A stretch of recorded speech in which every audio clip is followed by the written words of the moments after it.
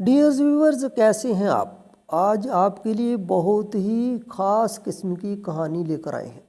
بسم اللہ الرحمن الرحیم۔ السلام علیکم ورحمۃ اللہ وبرکاتہ۔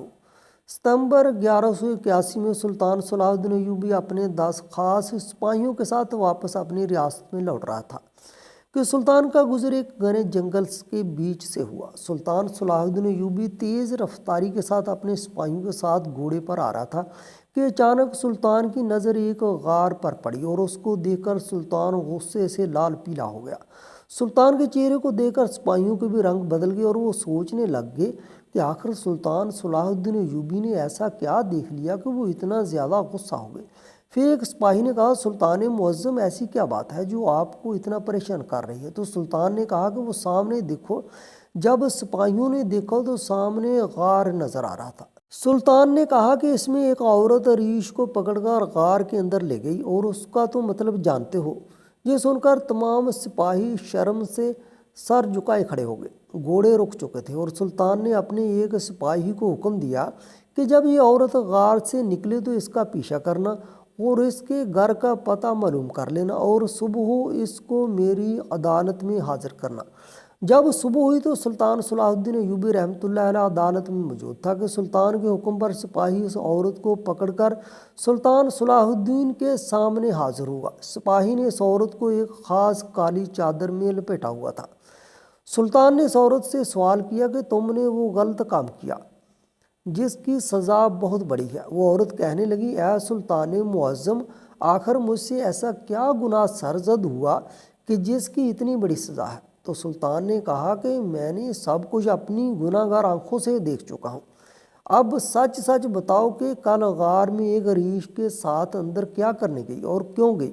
وہ عورت شرم سے سر جھکائے کھڑی ہو گئی اور سلطان نے کہا کہ اس میں اس کا مطلب جان چکا ہوں، لیکن اب بتاؤ کہ اس کے پیچھے حقیقت کیا ہے؟ کیا تم شادی شدہ نہیں یا تمہارا شوہر مر چکا ہے کہ تم ایسی نوبت پر پہنچ گئی؟ تو عورت رونے لگی اور کہا کہ سلطان معظم، جس گاؤں کا قاضی بد کردار اور غلیظ انسان ہو، اس گاؤں کی عورتیں پھر ایسا کام نہیں تو پھر کیا کریں گی؟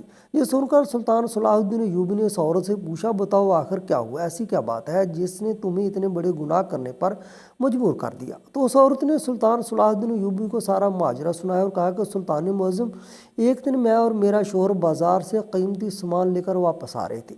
بدقسمتی واپسی پر اس راستے پر بارش ہونے کی وجہ سے کیچڑ تھا اور ہم جانتے تھے کہ یہاں سے ہمارے گھوڑے نہیں گزر سکتے، لہٰذا ہم نے جنگل کے بیچ والا راستہ اختیار کیا تاکہ جانے میں بھی اتنا وقت نہیں لگے گا اور ہمارے گھوڑے بھی مشکل میں نہ پڑے۔ لیکن بدقسمتی سے جب ہم گھنے جنگل کے بیچ میں پہنچے تو چند ڈاکوؤں نے ہم پر حملہ کر دیا اور مزاحمت کرنے پر میرے شوہر کو مار مار کر اس کا برا حال کر دیا، اور اس لڑائی کے دوران ایک ڈاکو کی تلوار میرے شوہر کے نفس پر جا لگی اور وہ نامرد ہو گیا اور وہ بری طرح زخمی ہو گیا۔ کئی مہینوں سے اس کا علاج چل رہا ہے لیکن وہ ابھی تک چلنے کے بھی قابل نہیں ہوا۔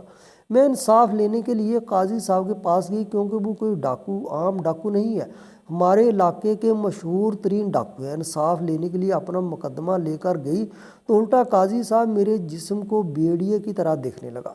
مجھے معلوم ہو گیا کہ اگر قاضی سے انصاف لینا ہے تو پہلے قاضی کے بستر کو گرم کرنا پڑے گا۔ یہ سن کر سلطان صلاح الدین ایوبی کی نظریں جھک گئیں اور سلطان نے اسی وقت ایک سپاہی کو بھیجا اور کہا کہ اس عورت کے گھر جاؤ اور معلوم کرو کہ واقعی عورت سچ کہہ رہی ہے۔ سلطان کا سپاہی چند ہی لمحوں میں وہاں پہنچ گیا اور آ کر سلطان کو بتایا کہ اس عورت کی ایک ایک بات درست ہے۔ اس کے شوہر کی حالت بہت بری ہو چکی ہے اور شاہی حکیم نے بھی اس کا معائنہ کیا کہ وہ اب بالکل فارغ ہو چکا ہے۔ یہ سن کر سلطان نے اپنے سپاہیوں کو حکم دیا کہ جاؤ اس قوم کے قاضی اور ان ڈاکوؤں کو گھسیٹتے ہوئے میرے پاس حاضر کرو۔ چند گھنٹوں میں سلطان نے دیکھا کہ سپاہی قاضی اور 3 آدمیوں کو لے کر آ رہے ہیں۔ پھر قاضی صاحب کو سلطان کے سامنے حاضر کیا گیا تو قاضی صاحب نے سلطان کے سامنے اپنے گناہ کا اقرار کر لیا۔ اس کے بعد سلطان صلاح الدین ایوبی نے کہا کہ جب تک قاضی کا سر قلم نہیں ہوگا اس وقت تک اس مقدمے کا میں فیصلہ نہیں کروں گا۔ اس قاضی کا سر قلم کرنے کے بعد سلطان نے اس قاضی کے سر کو اپنی تلوار کی نوک پر بلند کرتے ہوئے کہا کہ اگر تمہیں زمین کے منصف سے انصاف نہیں ملا تو تم اوپر والے سے انصاف مانگتی یا تم مقدمہ لے کر میرے پاس آ سکتی تھی۔ کیا تجھے معلوم نہیں کہ سلطان صلاح الدین کی عدالت سے اللہ کے حکم سے آج تک کوئی بھی حاجت مند بغیر اپنی حاجت پوری کیے نہیں گیا۔ تو اس عورت نے کہا سلطان میں اکیلی تھی اور مجھ میں اتنی ہمت نہیں رہ چکی تھی کہ میں کسی کے پاس انصاف کے لیے جاؤں، اور آپ جانتے ہیں کہ ایک نوجوان عورت بغیر شوہر کے کیسے رہ سکتی ہے، اور اس لیے میں یہ گناہ سرزد کرنے پر مجبور ہو گئی کہ لیکن اس میں مجھے شرم نہیں کہ میں قاضی کا بستر گرم کرنے سے بہتر ہے کہ ایک جانور کے ساتھ اپنی ہوس مٹائی۔ قیامت کے دن میں اپنے اللہ کے سامنے کسی غیر مرد کے ساتھ زنا کرنے کی وجہ سے نہیں پکڑی جاؤں گی۔ یہ سن کر سلطان صلاح الدین ایوبی نے اس کو کہا کہ یہ جو جرم تم نے کیا ہے بہت بڑا جرم ہے، جس نے تمہارے ساتھ زیادتی کی، ناانصافی کی، وہ اپنے انجام کو پہنچ گیا، لہٰذا تمہیں بھی اپنی سزا بھگتنی پڑے گی۔